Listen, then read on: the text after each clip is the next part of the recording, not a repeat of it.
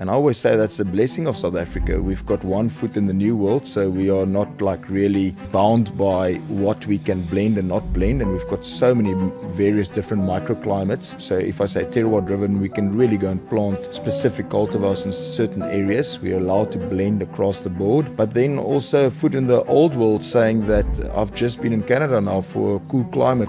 I foresee symposium because people think Africa, they think warm. But South Africa, the southern tip of Africa, is cool climate. Sit back and grab a glass. It's Wine Talks with Paul K. Hey, welcome to Wine Talks with Paul K. And we are in studio today in beautiful Southern California, about to have a conversation with Jacques Viljoen.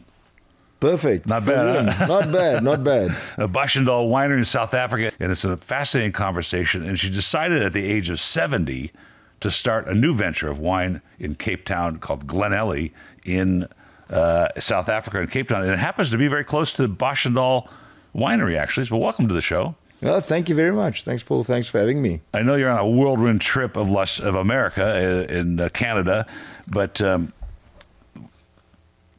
you are the direct. What do they call the director in South Africa? Well, I'm the Cellar Master for Boschendal Wines, so I oversee the whole operation. The whole operation from the winery perspective. And then my main focus would be also on the red wines itself. I've got you've had Danielle on the show. She focused on the Cup Classique for me. And then I've got Charles Skuman, who does the focusing on the white wine. So, and my main focus would be then obviously to ensure that we make some proper high-end wines. And I love the vineyards, so I spend a lot of the time in the vineyards as well. So, this is a great term. It is not used. Cellar Master. Look, here's my dad's brochure from 1972. The Cellar Master Selections. That was the name of his company, or the way he would do his tastings and his education. But it's such a wonderful term, and it really means a lot. And first time I've heard it sort of in a commercial environment with the winery and what you're doing. It's great because the French like use direct to and those kinds of things. But Cellar Master is great because it covers a lot of things. Yeah, I think so. At the end of the day, it's a nice term, but you're right. And across the world, it's being used differently.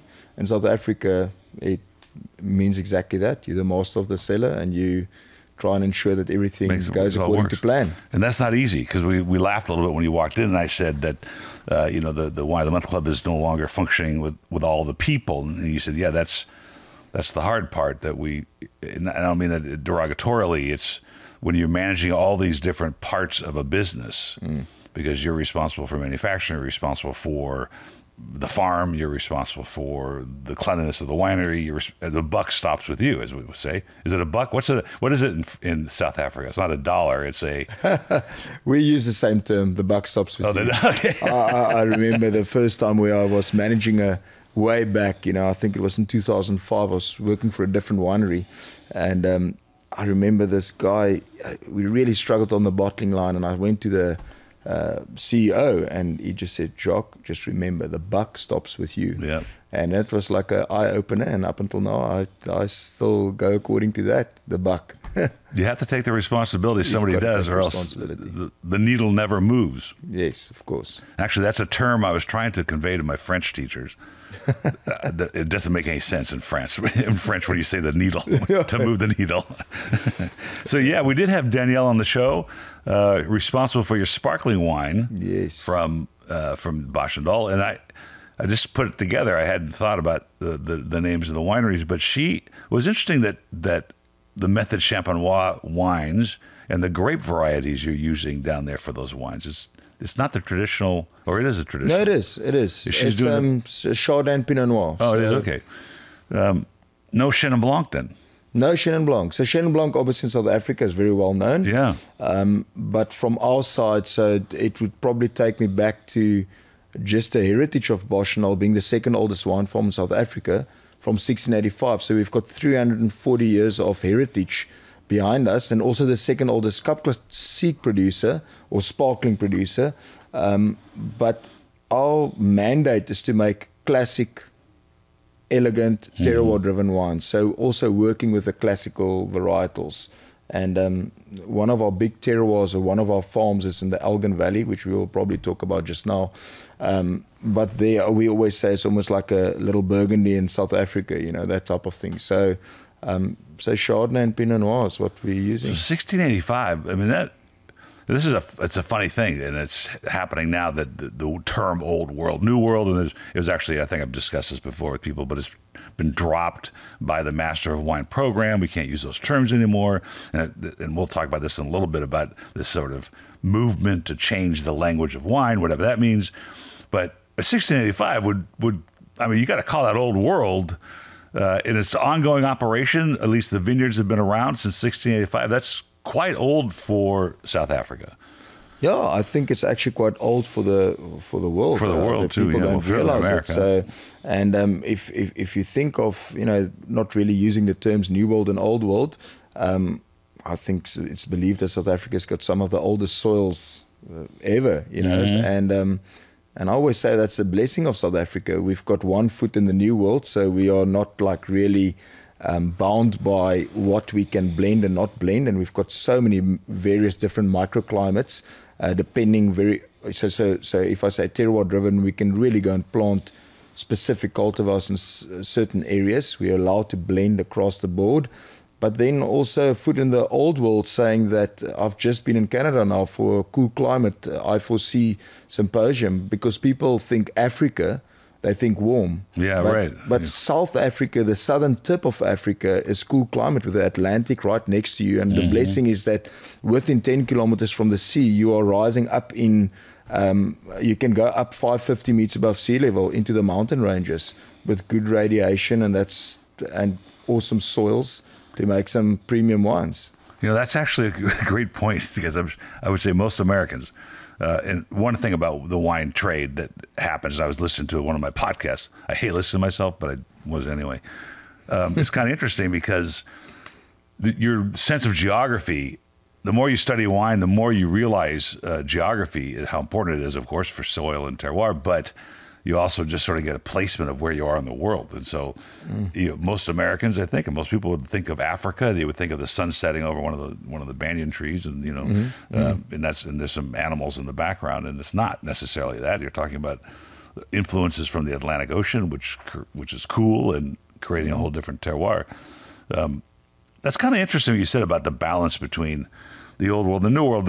And for the listeners, Old World would be considered sort of not only vintage, you know, time frame of existence for a winery, but also the idea that you're sort of hogtied or handcuffed to what the traditions are.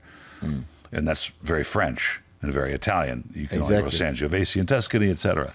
And New World is, you know, as America, South Africa, Australia, South America, where you can try whatever you want to try and call it whatever you want to call it, and see how it rolls out. And so it's kind of interesting that you have that balance there. Yeah. And your job is to sort of work through that balance. What we did see, however, is that, so I think once again the blessing with the various different microclimates is, depending on that where you're on the Cape Coastal region, we've done a lot of studies on different terroirs. So there's definitely very specific terroirs and microclimates that suit certain varietals better than other. And I think that's what, for instance, the French has done well. They've really seen what areas, and they're bound by rules of what they can plant in these areas. But they've hundreds of years of studies on what is working, and it actually does work.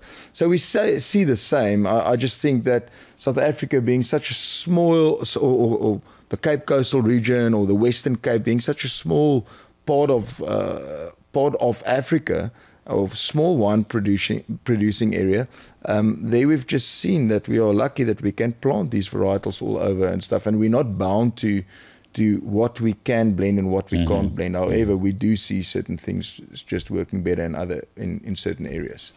It's interesting because, almost natural selection in Burgundy, Bordeaux, Tuscany, you know, wherever you're at in the world, that's what winemaking really is. It's understanding what came before you and what was done, and how that worked and applying your current knowledge and your current experience, having gone to France and made wine, having gone all over the world and made wine, that now we're going to bring it back home and see how we can apply some of these methods and some of these techniques and further the quality of the wine based on what we're growing and where we're growing it. I must just say, I feel super blessed being part of Boschendal and the bigger group that, and our viticulturists and stuff. It's absolutely amazing that Boschendal has been putting a lot of effort into the study of terroir. And I would say that even South Africa being a third world country, but we've got first world technology helping us to really ensure that we are planting the best varietals at the best on the best terroirs. It's not only soil nowadays, it's not only row direction. In fact, I can tell you now that if you plant something in South Africa up in the mountains in Helderberg, I know that the row direction shouldn't only be east-west, but if you plant 285 degrees east-west, the sun is going to move exactly over the top of the row with no sunburn. So that's the extent of studies that we've been doing on terroir. Hey, have a listen to, since we're talking about South Africa, and this is one of my motivations to get to South Africa, to Cape Town specifically, because of May Elion Lankesong. And she was a 98-year-old woman when I had her on the show. I think she's 99 now. And she was alive in her parents' chateau, Pichon Longueville, when the Nazis came and literally started to shoot it up. Taking whatever we've learned from the past, and obviously, and just fine-tuning it continuously. This is a tough question. But I love it because it creates all kinds of creativity and imagination to the answer. But what's the end game? Like if we're going to change the row direction at a certain altitude so that we don't burn the grapes or whatever the benefits are, what's the end game? What are we trying to do? Well, what we are trying to do is actually so I think more and more people talk a lot about climate change. Once again, just going back to the blessing of South Africa, and I can see there's a lot of investment happening in South Africa itself as well, where we've realized, obviously being a new world country, I think in the past, if you tasted wines from the 90s, maybe early 2000s, the wines were almost like a rugby team, like the bomb squad. It's yeah, like they're pretty rough. Big, bold, over-extracted. And we've just realized, specifically at Boschendal and a lot of the wineries, is that cool climate and how we are blessed with absolutely amazing cool climate terroirs. So where we can really, we've decided to steer the ship in something that's timeless, making classic and elegant style of wine. So by doing that, we are looking at wines that we are looking at planting at areas where there's good radiation, where there's proximity to the sea. So once again, you can cool it down with the irradiation from planting up high into the mountains. Suddenly you're going to have good phenolic ripeness, low pHs, natural acidities, wines that doesn't have excessive alcohol, and wines that's got balance and drinkability. That's the end game. And we've seen that, and I think that the old world has done it right, and we've recognized that as well. As something, diamonds are forever. It's something that's timeless, something that's drinkable. And, I don't want just to make a showy wine that you drink one glass and you're like, whoa, it's too much and I can't. I want you to drink that bottle, but also I want you to be able to open that bottle in 10 years from now, having those super analysis that's quite natural, and it must still be 100% perfect in a very good condition. You said a mouthful. Too much. A mouthful, and there's a lot of tangent points that you just made, which are so important, because when I say what's the end game, we're trying to we have to balance a lot of things here. So if you're trying to fix the row orientation and figure out what grapes do best at what altitudes, are we trying to figure out how that wine best expresses that vintage in that location? Or are we trying to find a wine that we can make more drinkable, as you use the word, for consumers that are looking for whatever they're looking for at the moment? Is it to best represent for the human consumption, for the soul, really, of the wine drinker? Not the commercialization of the wine, but what touches us the best based on that grape and that variety and that location. Once again, you've also had a mouthful there. Yeah, so, I know. I think it's finding that balance. So I would say that what we've seen is that we are farming for the future at Boschendal. Yes. So a lot of the terroirs that we've discovered over time, what we've seen that works really well, that makes these type of classical, elegant wines that appeals to the palate, and I would say it appeals to older, younger, and to people with that drinkability. A lot of these terroirs gives you those amazing phenolic ripeness and good tannins as well, which is not chasing anybody away. Mm-hmm. And like I said, we are farming for the future. We've just realized we need to then plant. In fact, I'm looking at some of the cab vineyards that I've planted in the Helderberg mountain range now. It's probably going to be for the next generation when that wine peaks. But what I do know is that you're going to get wines that's got fine tannins. So it's got tannin for ageability, but the tannins are well developed and well rounded, that it's going to age for a very long time with that drinkability. So I do think it's a balance. We've got a French consultant that consults all over the world. So what we've also seen, it's nice to sort of tweak the ship here and there to manage where we are going, to see what trends are. But however, I still want to say that we're sticking to our guns with that classic and elegant, but we can tweak it slightly. We want, at the end of the day, it's no use of me only making wines that I want to drink and we can't sell it. So it's an interesting dichotomy, I suppose, because the idea of, let's say you were completely romantic, completely practical, and my only objective is to take Cabernet, put it in a place that it does well and best represents the altitude, the soil, and the moment that it was picked and made into wine from South Africa. And that could completely fly in the face of what people are looking for to drink, right? I mean, that's, for sure. And I think one of the great examples, at least regionally, would be Napa. I mean, so much of Napa is turned into opulent, fruit-driven, big wines. Why? Because that's what sells. And so when I took this group to Bordeaux recently, and we went through Cheval Blanc, and we went to Aubailly, and we went to Lagrange, and they started to have this realization that there's something else out there. Mostly my friends were Napa cab drinkers, and now all of a sudden they have this appreciation for the structure of a different wine.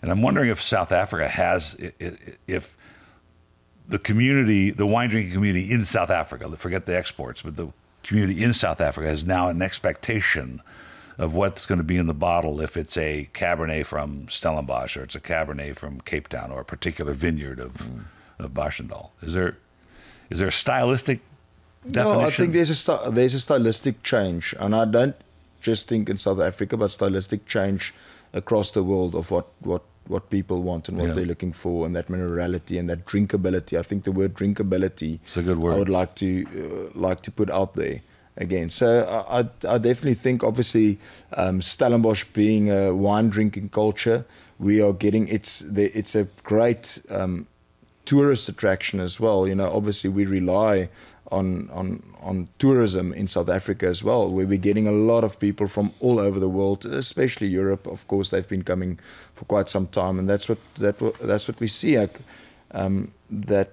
That influences us as well, and obviously the wine drinking culture. And I think in South Africa, in Stellenbosch, but not only in Cape Town, also in Joburg, which is almost like the business hub, those guys are even more tuned into premium wine drinking. They know what's going on across the world and in South Africa itself as well. So yeah, I don't know if I actually answered your question. No, you did. I was just, I don't, sometimes there's no answers to these questions because it's more of a theory. And so there's a lot of movement in this industry, at least, and I think part of it's generational, in that every generation has its own sort of approach to different beverages. I have this romantic theory, which my listeners have heard 1,000 times, which is eventually every generation lands on that glass of wine that speaks to them. And it's not sugared up, Moscato that doesn't speak to people. But when you get a structured wine from, there's one restaurant I go to in Los Angeles called the Arthur J in Manhattan Beach, and I always order seriously old dirt. Yeah, I mean that's just what I order there because awesome. it just goes well, and it's just and people always my guests always go, what is this? Seriously. But it speaks of structure and has a wonderful tannic acid and has that bold, I think probably maybe more of an old world character of South Africa than this current ones. But every generation has their new approach to this, and they're putting wines in cans, they're putting wines in Tetra Paks, they're putting wines in flat bottles, they're flavoring them, and I think all that's just transient consumerism, and that your philosophy of you're staying the course. If you're farming for the future, you're saying, I'm looking forward to the next vintage, and I'm making my adjustments for the next vintage, and I'm making my adjustments for the vintage after that to best express what I'm doing. It's such a slow process, isn't it? It's a slow industry. It's by slow. nature. It's like, I remember I used to work with a guy. His name is Chris Keat. Just a phenomenal winemaker, and he was all about, so his philosophy was tweaking the vineyards to get success in the winery, not a lab wine type of thing. And I learned to love vineyards through him, and I've been working a lot with him, and he always just said, he used to use this term of just keep on chipping away. So it is a slow process, but I must just say, in the 22 years that I've been making wine, it's amazing how I just see the evolution and how things are changing. And I do think I've just been chatting with my friend Jack now as well, as where on the way here, how the beauty of wine is that you're right. Eventually, everyone gets that awesome glass of wine and they understand it. And I think the beauty of wine is that, firstly, it's just it's cultural. It's part of the culture, and I wish that people would just embrace that.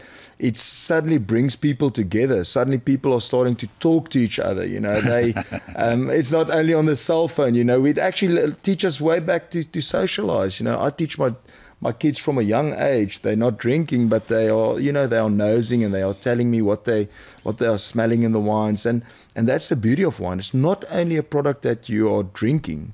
You can really go and research it from every single different country, and that's when it gets interesting, is terroirs. And I remember the first time that you could like blind taste something, you're like, oh, that's from New Zealand, or it's a Sauvignon from New Zealand, right, or it's a Cabernet from Napa, or whatever, or it's a Bordeaux, and you can almost get the producer. It's an awesome feeling, actually. I think people should just get more into that. It just sparks interest, and that's fun. One of the issues with North America particularly, but marketing of wine is, there's a group called Adani Global, switching gears, and it's a think tank out of France, and it's about the idea that consumerism drives wine. And so we try to be romantic and produce the best we can, but at the same time we got to sell, and we're just talking about that. But in North America, at least, consumption is down. And, we look generationally at millennials, Gen Zs, what are they drinking? They're drinking White Claw. They just, and eventually, like we talked about, they're going to come to a good glass of wine. But at the same time, it takes energy to host a dinner, to do a tasting, to have a tasting room inside the winery in South Africa, to socialize, which I think is critical these days. I was just thinking the other day, like, where you have two choices these days: either digitally market yourself or show up somewhere and pour some wine. And I think that your efforts are a combination of both, right? It's got to be a combination of both. It's got to be a combination of both. You cannot ignore the one and just do the other one. Right. And obviously, I still believe that relationships are crucial. To go out there, to go and meet up with people, to give them that real experience. However, there's a lot of people that's doing stuff online, and it's doing it digitally. So you cannot ignore that side of things. And, we were just chatting on the way here as well, in South Africa. So we've got this 60/60 where people would order their groceries and their wines online, and it's been delivered to their house. It's not, they do not. I'm still old school in that way, where I love going there. I want to feel my meat. I want to look and feel and touch the bottle of wine and see what the other guy is buying and stuff. I still think there's a place for that, but you cannot ignore that it's both. It's a critical thing, and no one knows the answer to this question. No one knows the direction it's going to go in. But wine, being what it is, still has that unique capability of drawing people in to understand it better. Like you said, if you're at the store and I do look at what other people are buying. I always look at what's on the counter. But if you do go online, and I had an Amazon store for a while, which was fruitless. I'd spent all this time and energy, put every imported wine on my list at the time in Amazon. The only one that sold was Stella Rosa, which is that sweetened Moscato. And they were overpaying me for it, like 30%, because it was so convenient. So I learned that the convenience of those services really doesn't produce an inquisitive wine drinker. They're going to go to what they drink all the time. On that flip side, I was in the wine shop, actually in the market with my social network at the time, and I engaged this woman, and a long story short, she actually said, I'm looking for something that I don't usually drink. I just asked her, I go, what are you looking for, just as a consumer? And she goes, I'm tired of the same thing. Yeah. And I go, well, that's what we need, that refreshing viewpoint of wine, which is, it's so different every time you taste it that you should be trying other things. And the reason I brought that other part up was that I've had some very high-level conversations with some digital marketers in not only the wine space, but fashion, luxury items. And so many are talking about the idea that there's an implosion that is coming or is occurring with digital marketing. Influencers, not so influential anymore. In the old days of social networking, when Facebook started, when I was on Facebook advertising, you didn't leave those platforms to go buy stuff. The idea was you were socializing. Now it seems predominantly in Instagram and Facebook and those places, you are there to buy stuff. I mean, guess what's delivered to your phone is mostly ads. Yeah. And my wife's a little tired of me buying so much stuff. But now I've seen more and more wine clubs coming. But the concept is, we think it's going backwards a little bit to these experiences where you can sit like this badge here, Les Amis Devant, which was my dad's chapter of a nationwide wine enthusiast group. And he was the president, and he would hold these dinners. And the women would get dressed up, and the men would wear their tuxes or their suits, and they would come and they would taste wines. And we think that it's headed that direction again. Well, I think it's like anything in life, the pendulum swings. Quite with any trend or anything, it goes very much to the one side, very much to the other side, and then somehow it finds the balance. And I just think, once again, also something that I've been thinking about quite often is that, I think that a lot of people, the newer generation, they try not to consume alcohol or whatever. But however, and you can also prove the other side. It's just that, experiences, culture, socializing, that is, and experiencing it for yourself. And yes, experiencing lively with, listening to winemakers or to marketers, marketing the product at the end of the day, experiencing it for yourself, and then you can still go online and go and search it, but you've already had that experience yourself. Sure. So I do think it's going to go back there, and at the end of the day, just to look at something digitally versus getting that true experience and then just that excitement of it is still totally different. It is still the way to go for me. I know that despite the probably high level indoctrination that my friends got in Bordeaux, they are going to relish that moment every time they taste those wines, and they're going to just remember, and they may stimulate their interest in other Bordeaux to figure out what it is. They now know the difference between left and right bank. They know the difference between the Haut-Medoc and the regular Medoc, and so these differences, it's rumbling around back there. It's strange. I'm thinking about being a young winemaker presenting. Let's for my tasting club, Bordeaux. Mm-hmm. If I haven't been there, I've got no. It's my reference point. I would always have to read up on it. But if you've been there, you've touched it, you feel it, left bank, right bank, even if it's just the basics of it, just seeing the river itself, understanding what left bank, right bank means. Same for South Africa. is experiencing it. Just if I tell you that we're right next to the Atlantic Ocean, if I tell you the Elgin Valley has got an average temperature during the peak of harvest of 20 degrees Celsius.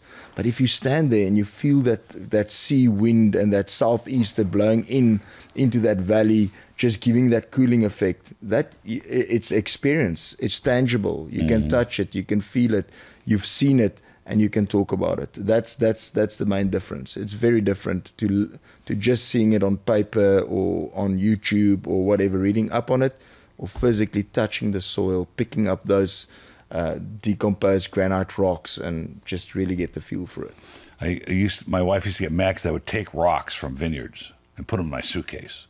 Like, why are you putting rocks in your suitcase? I'm like, well, because I was there and I got to do it. Yeah. You know, and I took leaves from Chateau Lafite, this is years ago, and put it in the book, and I still have them all dried out, you know. But, I just thought about this, too, when I went on this trip, and I'm sure my guests thought we were going to do a lot of wine events because I told them. But going back to the cultural part, really, what other product can you visit another country and experience the culture better than wine? Besides food, and they go together. But if you're going to fly to Croatia, or you're going to fly to South Africa, or you're going to be in America, or the Dolomites in Italy, wine is going to give you that. It's that culture, it's that celebration, it's food and wine. There's a reason why it goes so well together. It's celebrating life, I would say. It's also why you gain 20 pounds every time you go out on the road. So I'm going to roll back to South Africa just from this trip. Do you crave? This took a long time for me in my business. I did this for 35 years, and I didn't really consider it the romantic business that it became for me. Probably till at least 10 years into it. It was business for me. I was looking at the metrics. I was looking at the cost of advertising and how many sales I got, all that. And how many, I sent 33 million emails my last full year of business. I mean, it takes a lot of work to do that. Jeez. But do you crave, are you at work and you kind of go, I can't wait to get home and open a bottle of Black Angus? You know what? It's always, once again, I love my work. Yeah. It's just amazing. I'm a people's person. So firstly, I love teams. So getting my team to do what I want them to do to ensure that we get that end product. I often think of a good bottle of red wine from our winery, but red wine in general. It's almost like, in South Africa, we love our red meat. We farm with Black Angus cattle as well. Right. And if I haven't had it for a very long time, and in fact, I've been two weeks away from home now, I crave a good steak on we call it braai. It's like a barbecue, but it's like a wood fire braai. I crave that awesome piece of T-bone steak, Black Angus. Wow. And the same with wine. I cannot wait just to sit down there at my braai my steak, drink my bottle of red wine. Can't wait. And do you find yourself craving something other than just what you make? Like I can. The other night, I opened 3 bottles of wine before I found what I was looking for. I opened a bottle of Italian Tuscan wine. I opened a Napa Cab, and finally, I think I opened a Burgundy or something. But I couldn't put a finger on what I was feeling like. But most of the time, I'm working, and I'm like, oh man, I can't wait to get home and open a seriously, Old Dirt or a Bordeaux or a particular Bordeaux. And that's probably rare for, most wine consumers don't do that. But, you find yourself anticipating that profile. Yeah, for sure. Definitely. There's sometimes for a certain month, I would just feel like a good Pinot Noir or awesome Chardonnay or whatever. And it's definitely not always just from our winery and stuff. From all over, and obviously I've got lots of friends, and they often surprise you, and you might have thought that you're not in the mood for something specific, and then suddenly they pop out something that was phenomenal. So I take great pride in pulling something that no one's tasted before, and have them go, wait a minute. One of the things that I've had sitting in the chair you're at was a gentleman named Emmanuel Comigi. He's makes wine in Spain. He's a master somm.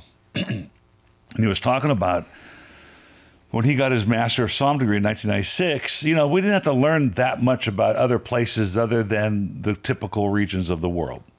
And I'm going to guess that South Africa probably wasn't really on the academic agenda of the Master Somm at that time. Certainly it would be today. But places like Armenia.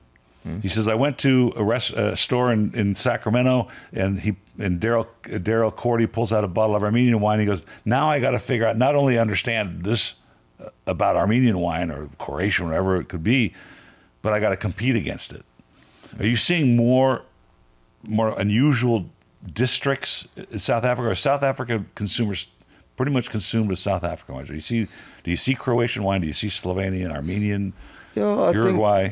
I think South Africa is obviously slightly more challenged than for instance, the USA. You've got a lot of imports from across the world and stuff. And with South Africa, yes, we do have wine shops bringing in some wine. If you just had to go into a general wine shop, it's going to be more focused on South African wines itself for the South African general consumer. But there's specialist shops that will bring in certain wines from certain regions and stuff. And I do think that you guys have got more exposure to it than what the general South Africans got. It's kind of interesting because the East Coast has more exposure than the West Coast. Oh, really? Because they're closer to Europe. Yeah. And so they get much more. Like I go into Europe, shop in New York, and I'm like, never seen these before. Well, the same for me. Continuously, I see wines that I'm like, geez, I didn't even know that they make wine. Yeah. You know, that's amazing. And once again, it just brings me back to the different terroirs and different cultures that wine has been around all over, actually. And it's some amazing products from right across the world.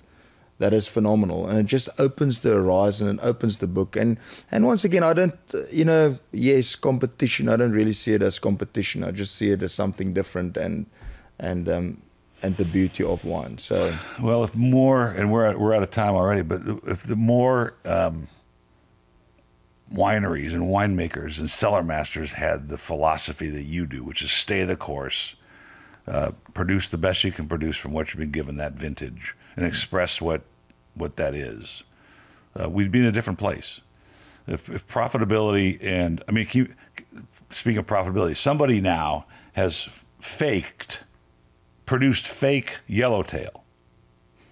I mean, a $3.50 wine in America, and they're faking it. It can only be to make a buck, right? Well, in this case, probably make a few pennies. Yeah. Because it can't be for the value of what's in the bottle. And so I'm not going to say I was a victim of this, but because during my trade, we did buy a lot of juice, a lot of good juice, and produced wines that I thought were exceptional for the value based on where they were from. But it got to the point now where the volume of wine, and I heard this from Kevin O'Leary, the famed Shark Tank guy, the convention guy. He was on my show, and he and I were supposed to do a deal together at one point. And he said, they bring this stuff in to New York, and it gets bottled and labeled in the dozens of brands of this junk. And by the nature of the price, which I said was 50 cents, 60 cents a liter. This is not speculation. This is a known fact. It has to be bad. And once in a while, you might find something interesting, but by the nature of producing wine that you can sell for 50 cents a liter, you're in the industry. This is not going to be good. I want to bring it back to, I think, our roots. If I have a look at our chairman, if I look at our CEO, the people owning Boschendal, the Boschendal wine brand, they are wine people. It's not mining industry or beer people that owns a winery and that wants to make money. Our mandate is, once again, for longevity. I don't want you to only buy my wine once, export something and then, I want you to buy it, and then obviously I want a customer for life. You must buy it, you must drink it, you must think, man, it's affordable luxury. It's affordable luxury. Our drive is premium. You must drink that affordable luxury wine, and you must say, Shibbit. South Africa, firstly, now it's on my radar. Yeah. Secondly, this is a quality product, and I know year in, year out, I'm going to get something spectacular. So, and then for me to keep the passion to make excellent wines and to really dream big, and it's all about just sticking to that mandate and sticking to that terroir-driven wines and making that. That's the only way I know. You know, if it wasn't for that, I would have moved out of the wine industry. Just there would be no passion for me. It's not about that extra 50 cents that I'm going to make. Yeah, obviously you must make money. You know, that's a, you know, at the end of the day, there is a bottom line. You need to. There must be sustainability in it, but the only way you're going to get sustainability is to do it right. Yeah, I think that's a perfect comment to exit this conversation and get you on your way. And thank you for joining us.